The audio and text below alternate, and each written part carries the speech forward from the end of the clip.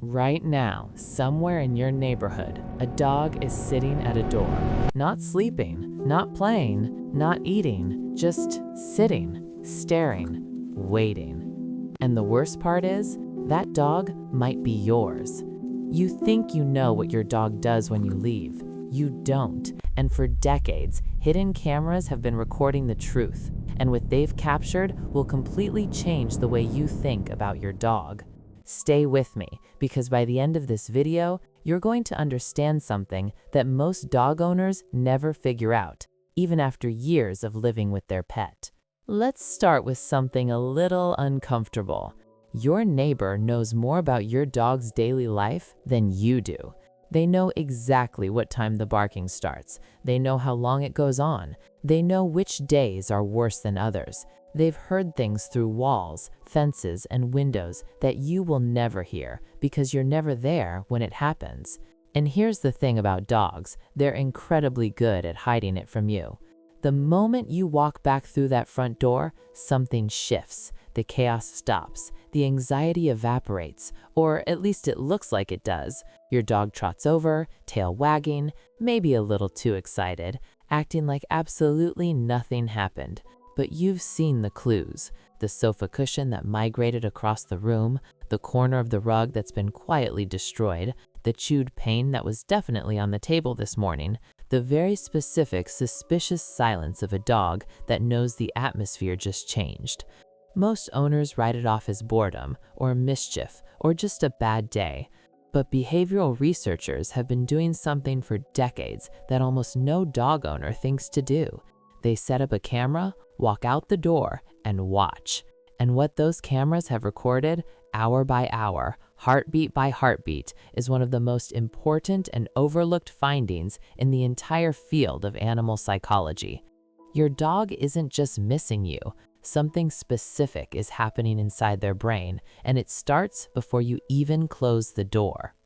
In 2010, researchers at the University of Milan set up cameras inside the homes of 23 dogs. Then they left. What happened next is almost painful to watch. On average, vocalization, barking, whining, howling began just 3 minutes and 15 seconds after the owner walked out. Destructive behavior within 7 minutes. 7 minutes. That's all it takes before the furniture is at risk. But here's where it gets genuinely interesting.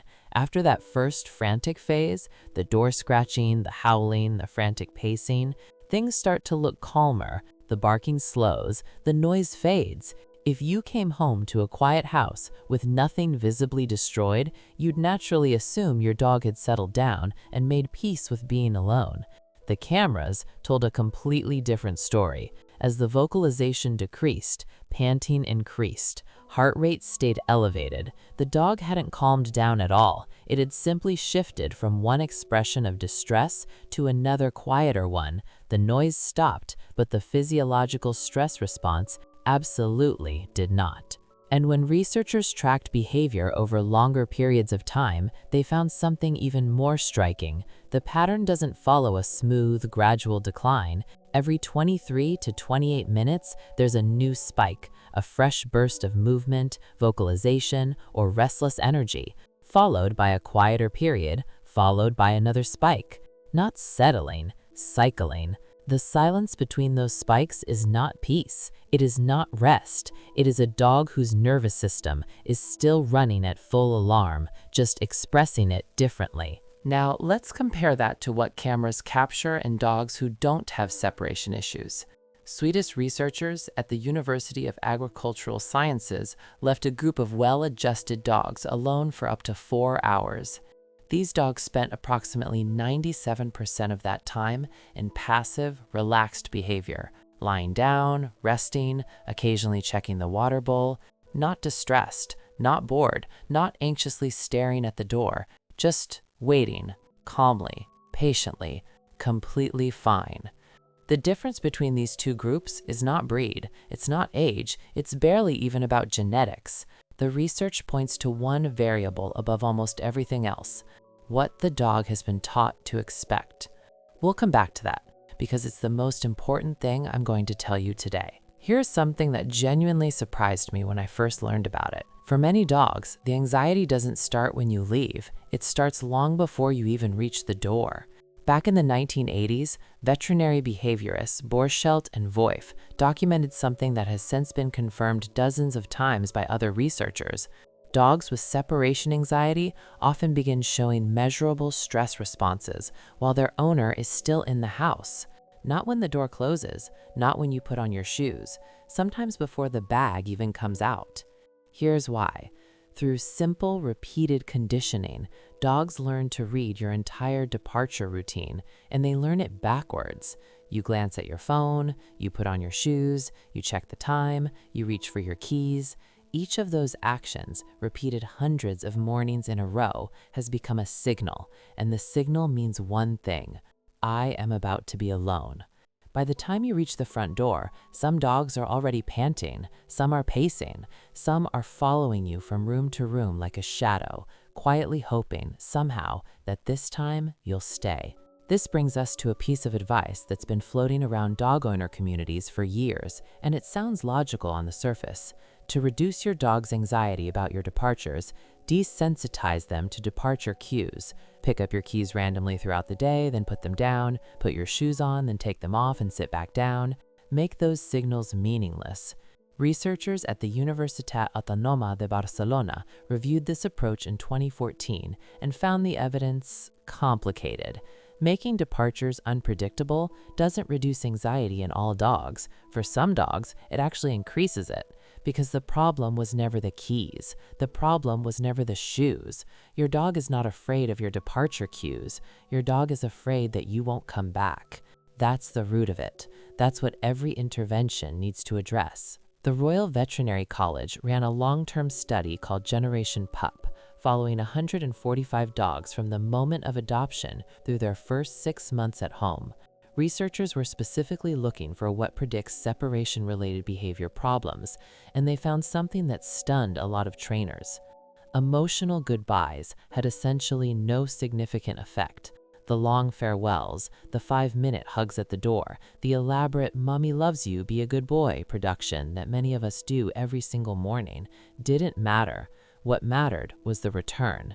Dogs whose owners came home to find damage, chewed furniture, accidents, destroyed cushions, and responded with visible frustration, raised voices, prolonged reactions, obvious upset directed at the dog, those dogs were 6 times more likely to develop ongoing separation-related behavior problems. Let that sink in for a moment. 6 times more likely. And here's the cruel irony. The dog isn't connecting your frustration to the chair leg it destroyed 4 hours ago. There is no chain of causation available to a dog across that time window. The dog simply cannot make that link. What the dog does connect your frustration to is your arrival. And over time, your arrival becomes something to brace for. Think about what that means. A dog that's anxious about you leaving is also becoming anxious about you coming home. The entire day becomes a loop of anticipatory stress with no relief at either end. Let's talk about the most common piece of advice owners receive when their dog struggles alone. Get a second dog. They'll keep each other company. It sounds perfect. It sounds compassionate. It is almost completely unsupported by research. A 2021 study of 77 dogs found that male dogs in multi-dog households actually vocalized more when left alone than single dogs did. Because separation anxiety isn't about general loneliness, it's about the specific, irreplaceable absence of a specific person. A second dog doesn't fix that. It just means you now have 2 dogs in the house, both potentially struggling, while your neighbor updates their noise-canceling headphone wish list. This is the part that gets missed most often. You come home, the house is intact, no mess, no obvious destruction. Your dog looks up from the couch with an expression that suggests nothing remarkable occurred all day. You assume it was fine. It may not have been. In the 1960s, Martin Seligman at the University of Pennsylvania ran a now famous series of experiments. Dogs were exposed to inescapable stress. Later, when escape became possible, most of those dogs didn't even try. They simply lay down and accepted whatever was happening. He called it learned helplessness. the idea that organisms learn to stop acting when experience teaches them that their actions don't change outcomes. In a major revision of that theory in 2016, Seligman acknowledged he had framed it backwards. Passivity isn't something animals learn. Passivity is the brain's default response to prolonged, inescapable stress. What has to be actively built is the belief that your behavior can actually change your situation. A dog that stops barking after an hour alone hasn't accepted the situation. It has stopped believing that anything it does matters. And there's a more recent disturbing layer to this. In 2019 study in severely anxious dogs, long-term cortisol, measured from hair samples reflecting months of hormonal accumulation, was sometimes lower than in calmer dogs, not because they were less stressed, because their stress system had been running at maximum output for so long it had started to burn out. A dog that seems fine might be the dog you need to worry about most. Here is something that almost never gets mentioned outside of veterinary research circles, and it absolutely should. In 2019, a research team at Linköping University in Sweden measured long-term cortisol levels in 58 dog owner pairs, not the quick cortisol spike of a bad moment, the slow accumulated hormonal buildup over weeks and months captured in hair samples. The levels were synchronized. Stressed owner, stressed dog. Calm owner, calm dog. When researchers examined the direction of that relationship, which one was driving the other, the answer was clear. The owner's cortisol was predicting the dog's cortisol, not the reverse. What this means practically, a dog that's already carrying a chronically elevated stress baseline doesn't begin the separation from a neutral starting point. They begin it from a deficit. The 8 hours you're away aren't happening in isolation. They're happening on top of everything that has already accumulated, day after day, week after week. The product industry around separation anxiety is enormous. Pheromone diffusers, calming supplements, anxiety wraps, white noise machines, special playlists, puzzle feeders. Most dog owners have tried at least one of these. Most will tell you the results ranged from modest to nothing at all. Here's why. Most of these products are treating the 8 hours you're gone. The actual point of intervention is the other 16. Let's look at the evidence honestly. Dog-appeasing pheromone diffusers, sold under the brand name Adaptil, show no significant improvement in barking, whining, scratching, or heart rate in the most rigorous placebo-controlled studies available. Leaving the television on, no measurable effect compared to complete silence. Puzzle toys provide a few minutes of engagement. For severely anxious dogs, they can actually backfire because once the food is gone, the dog fully registers that you're gone and the real distress begins. What does have consistent, replicable evidence behind it? Graduated exposure.